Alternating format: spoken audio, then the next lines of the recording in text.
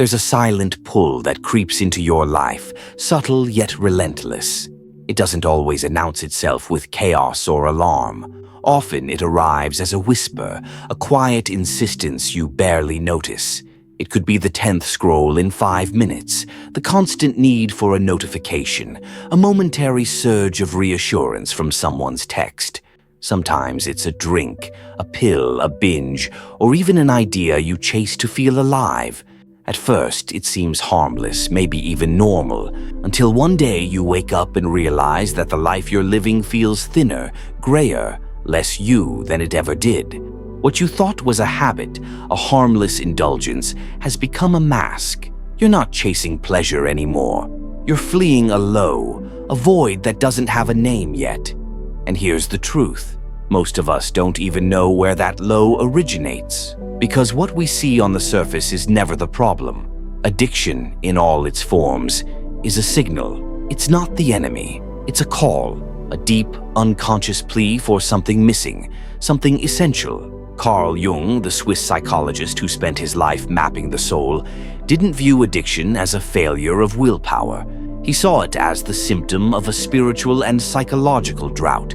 He believed that if we want to heal addiction, we must begin not with the behavior, but with the self, not the persona, not the role you play at work or in your relationships, but the deepest, most integrated version of who you are. The modern world has conditioned you to crave. Dopamine, the chemical often called the pleasure molecule, is your brain's motivator, your internal compass pointing toward reward, connection, and purpose. But in a life overstimulated by screens, endless notifications, and superficial validation, your dopamine system becomes taxed, flattened. You feel a subtle emptiness that scrolls and bites and clicks cannot fill. Your nervous system is running on autopilot, constantly seeking a spark, a hit, a relief from the gray. And when the spark is gone, when the novelty fades, the craving begins. You think you're chasing the drink, the screen, the rush, but you're actually chasing a moment of yourself you've lost, a part of your being that's been silent for too long. Jung called this psychic disconnection. It's when the self is buried beneath masks, shadows, and roles we learn to survive. Maybe you had to be the good kid, the fixer, the strong one. Maybe vulnerability came with a cost, and in learning to protect yourself, you inadvertently suppressed the very essence that makes life meaningful. Creativity, spontaneity, emotional presence. Addiction is not a moral failing. It is a signal, a messenger, an invitation to reintegration. But what does reintegration mean? How do you find the parts of yourself that have been scattered, numbed, or silenced? Jung's answer was simple yet profound: awareness and courage. The parts of yourself you've been taught to ignore, the anger, the fear, the longing, the grief, are not enemies. They are raw, unprocessed energy waiting to be reclaimed. In the darkness of those buried spaces lies the very seed of your healing. Let's talk about dopamine for a moment, not as a buzzword, but as a messenger.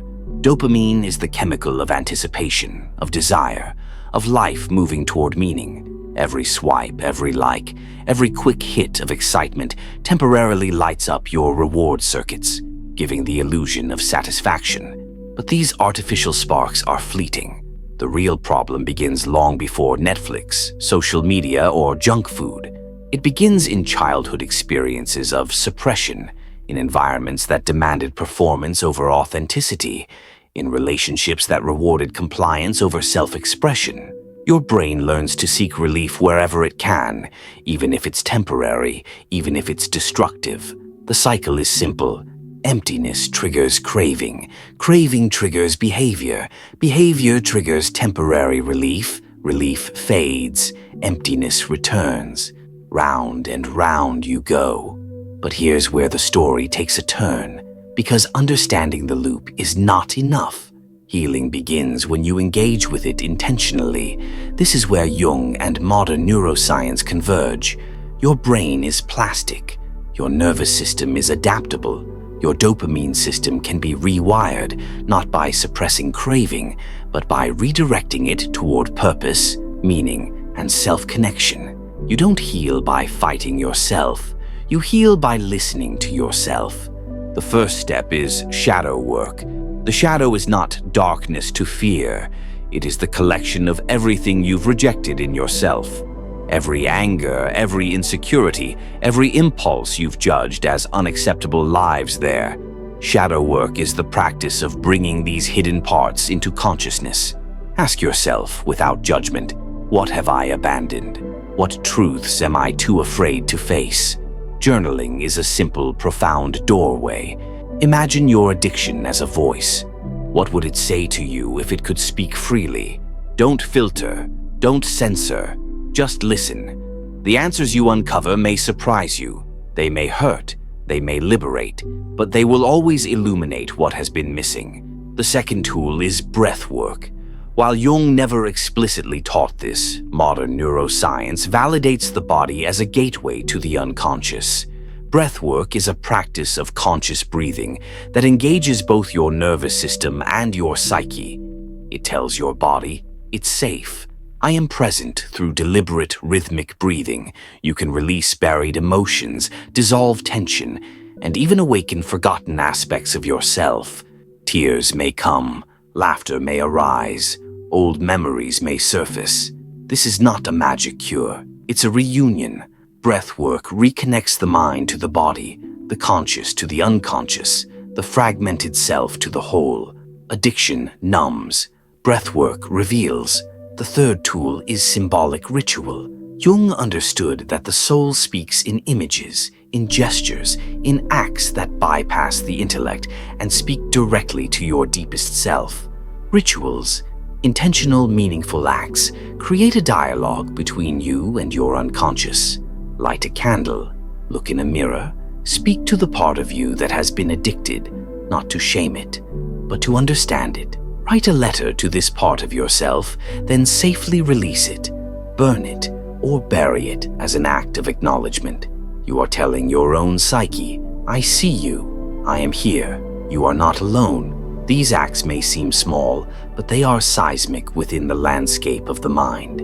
They are the signals of reintegration. As you begin to integrate the shadow, reconnect with your body, and listen to the symbols of your soul, a transformation begins. Addiction ceases to be merely a habit or a label. It becomes a teacher. It becomes the doorway to your own individuation, the journey of becoming whole, unique, fully alive. Healing is not about returning to the version of you that existed before the addiction. That version was already fragmented. Healing is about stepping through the fire of your own disconnection and emerging as someone truer, someone integrated, someone real. Everyday life is the canvas for this rebirth. Feed your soul, not just your schedule. Choose relationships that honor authenticity. Engage in work that nurtures your purpose. Replace stimulation with meaning. Paint, write, meditate, create, converse deeply, sit in silence. Each deliberate act is a thread in the tapestry of the self. Every moment spent consciously is a reawakening of your innate wholeness. And here's the paradox. Relapse is not failure. The unconscious does not move in straight lines. It spirals, circles, and revisits lessons until they are fully learned. Each misstep, each return to old patterns is not shameful. It is informative. It tells you there is still something to understand, something to integrate. With every spiral, you gain tools, awareness, and compassion. You learn to walk the delicate balance of self-discipline and self-acceptance. You learn that recovery is not about avoidance. It is about reclamation. The final act of transformation is radical presence. Addiction thrives in avoidance, in disconnect, in distraction. You stop avoiding life, stop fleeing from yourself. You embrace the discomfort, the fear, the grief, and the longing. You say, I am ready, I am here, I am becoming. And in that moment, something shifts. Your nervous system quiets, your dopamine system recalibrates. Your shadow becomes a guide, not a threat. Your cravings become signposts, pointing you back to your own vitality. Individuation, as Jung called it, is not a destination. It is a process of weaving together every fragment of the self, the shadow, the child, the dreamer, the artist, the lover, the wounded one, into a coherent, radiant whole. Addiction, which once threatened to dismantle you, becomes the catalyst for awakening. What once felt like your weakness becomes your superpower. The parts of you that were fragmented, numbed, and silenced are now your teachers, your allies, your liberation. Imagine the life you can create when each day feeds your soul, when each choice, no matter how small, restores your sense of authenticity, when each moment of discomfort is met with curiosity, not fear. You no longer chase external highs. You awaken internal richness. You move from survival to presence, from emptiness to purpose, from fragmentation to integration. And as you sit with this transformation, you realize something profound. You were never broken. You were becoming. Every craving, every impulse, every shadow was not a roadblock, but a roadmap, a signal from your deepest self that you are ready to awaken, ready to heal, ready to return to wholeness. So now the invitation is clear. Step into the silence that your addiction once feared. Listen, breathe, create, witness, integrate. And with every deliberate choice, every conscious act, every shadow embraced, you move closer to the person you were always meant to be, a being whole, alive, and free. This is your rebirth, not a return, not a fix, not a recovery, but a becoming. A quiet, powerful, radiant return to yourself. The real miracle is not that you leave the addiction behind. It is that the addiction led you home. Your journey is not over. It is just beginning. And the moment you take your first step into the fullness of your own life, you will feel it. A profound, unshakable knowing that you are finally coming home.